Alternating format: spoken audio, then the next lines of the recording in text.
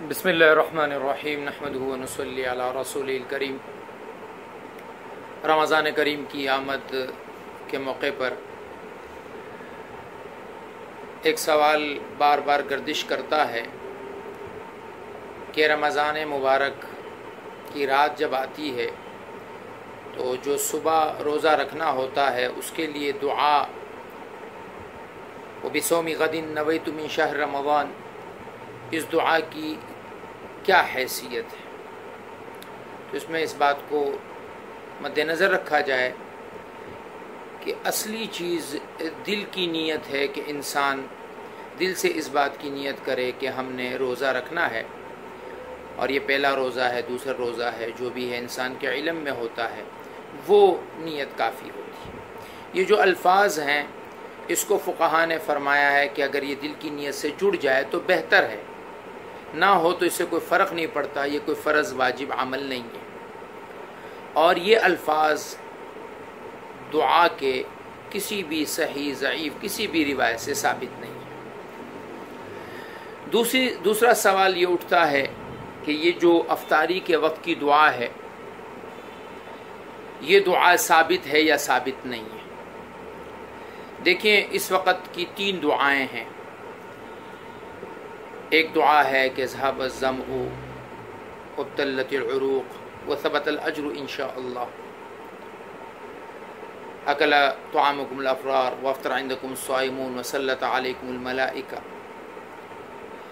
ये 2 अल्फाज रिवायत से साबित है, सनदन ये दुरुस्त है। तीसरी जो दुआ है, अल्लाहुम्मा लका सुम्तु व अला रिज़्क़िका अफ़तरतु, जो अबू दाऊद शरीफ में ये रिवायत मौजूद है। और ये जो इससे कबल की दुआ है ज़हब अज़्ज़मउ वब्तल्लतिल उरूक़, ये भी अबू दाऊद शरीफ की रिवायत है, वो सनदन दुरुस्त है, सही है और अबू दाऊद का हवाला है। ये जो रिवायत है ये भी अबू दाऊद शरीफ में मौजूद है। मुश्किल सिर्फ इतनी है कि इस रिवायत को एक ताबई ने मुरसल किया है, मुआज़ इब्न ज़ुहरा रहमहुल्लाह ने। अब यहाँ 2 मुश्किलें पेश आती हैं सनद के एतबार से। एक ये कि ताबई का मुरसल उसका हुक्म क्या है। दूसरी बात, बाद लोग कहते हैं कि मुआज़ इब्न ज़ुहरा ये मजहूल रावी है। जहालत उनकी इसलिए नहीं है कि इमाम बुखारी ने उस आदमी मुआज़ इब्न ज़ुहरा का तज़किरा किया, अबू दाऊद रहमुल्लाह ने उनसे रिवायत को नकल किया है और इब्न हब्बान ने उनको सिक़ात में शुमार किया है। तो इससे जहालत का जो दावा है वो गलत साबित होता है। मजहूल रावी नहीं है, रावी मौजूद है। असल में जहालत की वजह ये हुई कि बाज़ लोगों ने मुआज़ इब्न ज़ुहरा को सहाबा में शुमार किया, तो वहाँ चूँकि सहाबा में उनका नाम मिल नहीं रहा था, इसलिए याह्या इब्न यूनुस ने जब उनको सहाबा में ज़िक्र किया तो वो जहालत आ गई कि सहाबी तो है नहीं, लेकिन ताबई होने में इसकी जहालत, ये बात काबिल नज़र है, ये मजहूल रावी नहीं। दूसरी बात ये कि मुरसल है।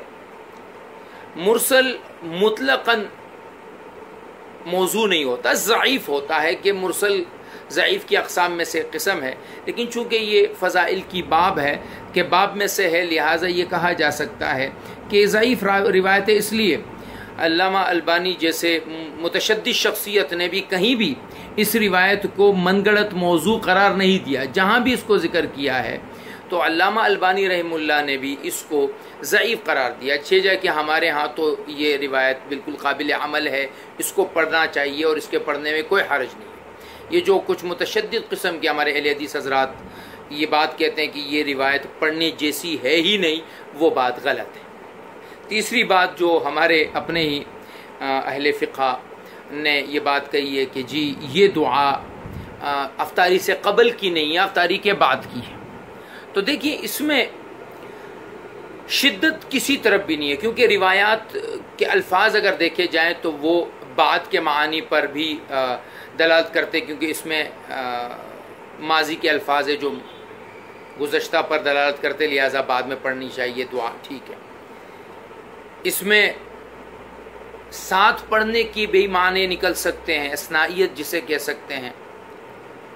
और इसमें पहले भी, और पहले के लिए एक रिवायत आती है جو کہ انس ابن مالک رضی اللہ تعالی عنہ سے منقول ہے کہ آپ علیہ الصلوۃ والسلام نے دعا فرمائی کہ بسم اللہ اللہم لک صمت وعلی رزقک افطرت تقبل منی انک انت السمیع العلیم۔ طبرانی میں یہ روایت ہے کہ جب آپ افطار کرتے تھے تو یہ دعا پڑھتے تھے، جب آپ افطار کرتے تھے تو یہ دعا پڑھتے تھے۔ پھر ایک اور روایت ہے انس رضی اللہ عنہ سے جو اس سے اور زیادہ واضح ہے، کیا ہے؟ اذا قرب الى احدکم طعام، جب تم میں سے کسی کے قریب کھانا رکھا جائے وہو صائم، اور وہ روزے دار ہو، فلیقل، تو اسے چاہیے کہ وہ پڑھے بسم اللہ والحمد للہ اللہم لک صمت وعلی رزقک افطرت وعلیک توکلت سبحانک وبحمدک تقبل منی انک انت السمیع العلیم۔ اس روایت کو شیخ البانی رحمہ اللہ نے ذکر بھی کیا اور اس پر من گڑت کا حکم نہیں لگایا، اس پر ضعیف کا حکم لگایا۔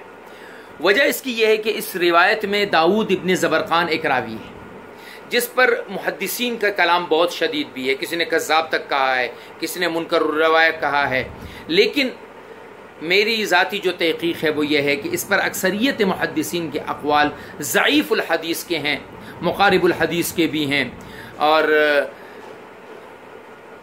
اس لیے میں یہ عرض کرتا ہوں کہ چونکہ یہ دعا کچھ اور روایات سے بھی ثابت ہے، یہاں بھی جو راوی ہے وہ اگرچہ کمزور ہے لیکن اتنا شدید کمزور نہیں ہے کہ ہم اس کی روایت کو بالکل پھینک دیں، تو میری ذاتی رائے تو یہ ہے کہ یہ دعا اللہم لک صمت علی رزقک افطرت، یہ دعا افطاری سے پہلے پڑھنے کی ہے، اور وہ جو دعا ہے کہ ذہب الظمأ، کہ پیاس چلی گئی، ختم ہو گئی، پانی پی لیا آپ نے، وابتلت العروق، اور رگیں جو ہیں وہ گیلی ہو گئی، وثبت الاجر انشاءاللہ، اللہ نے چاہا تو ہمارا اجر جو ہے اللہ کے پاس محفوظ ہو گیا، وہ بات کے پڑھنے کی ہے۔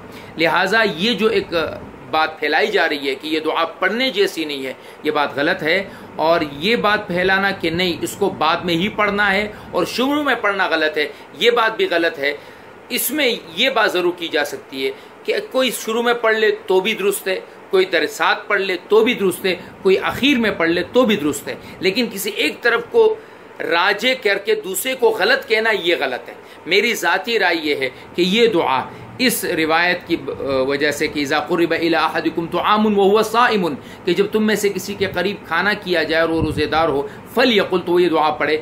میری ذاتی رائے اس بارے میں یہ ہے کہ اس کو دعا کو افطاری سے پہلے اور ذہب الظمأ والی روایت کو دعا کو افطاری کے بعد پڑھنا چاہیے۔ اللہ ہمیں صحیح دین کی سمجھ اور صحیح دین پر چلنے کی توفیق عطا فرمائے۔